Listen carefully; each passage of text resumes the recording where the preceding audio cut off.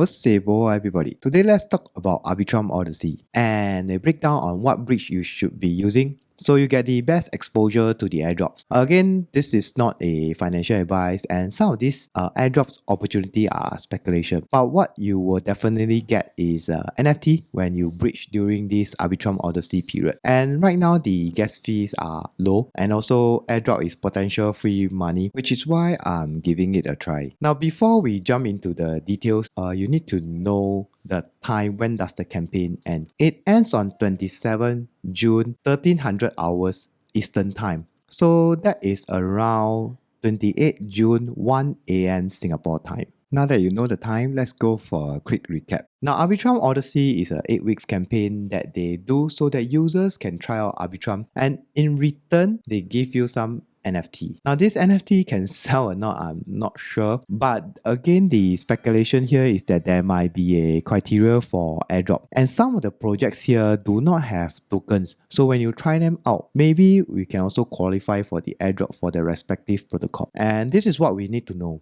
Week 1 is bridging week. So the goal here is ask you to move your ETH to Arbitrum. Also, there is a selected list of bridge that you must use to qualify and get the NFT. Now, if you use the bridge that has the most wallet bridging, then you get an extra bonus NFT. Now here you might have a few questions. Is there a minimum sum to bridge? Can you use multiple bridges? And what is the asset that you need to bridge? Now this is taken from their Discord. The assets that are counted during the bridge week is ETH. And the thing here is that there is no minimum sum, and you can also use multiple bridges.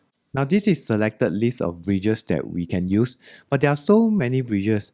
Which one should we be using? Now Sound Awesome Anon came up with a breakdown on what are the bridges that does not have token. Now the reason for this is interesting because if you bridge using those bridges without token, the speculation is that you might get the bridge airdrop as well. So kind of like killing two birds with one stone. But still, there are a lot of bridges. I did a small filter myself, and these are the ones I'm trying out.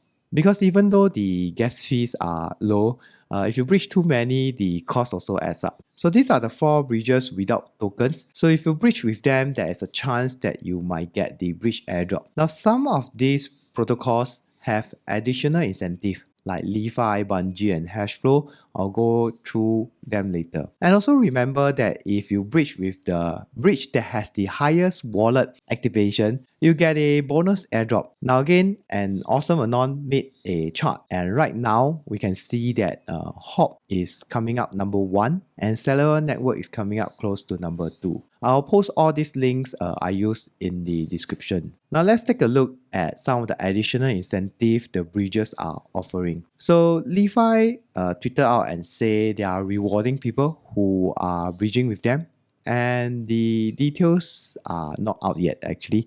They just say retracted rewards. Now for Hashflow, they highlighted that they will be giving out a limited edition NFT that the winners can redeem for their token at launch. And also you can swap any asset from any chain to ETH to Arbitrum, not necessarily ETH. Now you might want to check out the winning criteria. So 100 participants with the highest total volume, and also 100 lucky participants that is randomly selected. Now the next one will be the bridge. Now on the right is the Arbitrum Odyssey bridge details that we talked about, and on the left is the additional incentive from the bridge. Now to qualify for the additional incentive, you need to be the top 1000 address with the highest token value bridge in one transaction. Now Hop also have additional incentive, so if you bridge with them, 10 lucky hoppers will receive a small brand NFT as a special gift. Now before you start bridging, I just want to show you some sample. Now this is the bridge, and when we are swapping, so for example 0.1 ETH, I will get 0.0972. So there are some slippage. One bridge that I use that I pretty like the UI UX is Bungee. So for Bungee, when you put it in, like for example 0.1 from the mainnet to Arbitrum, you get a slightly higher value.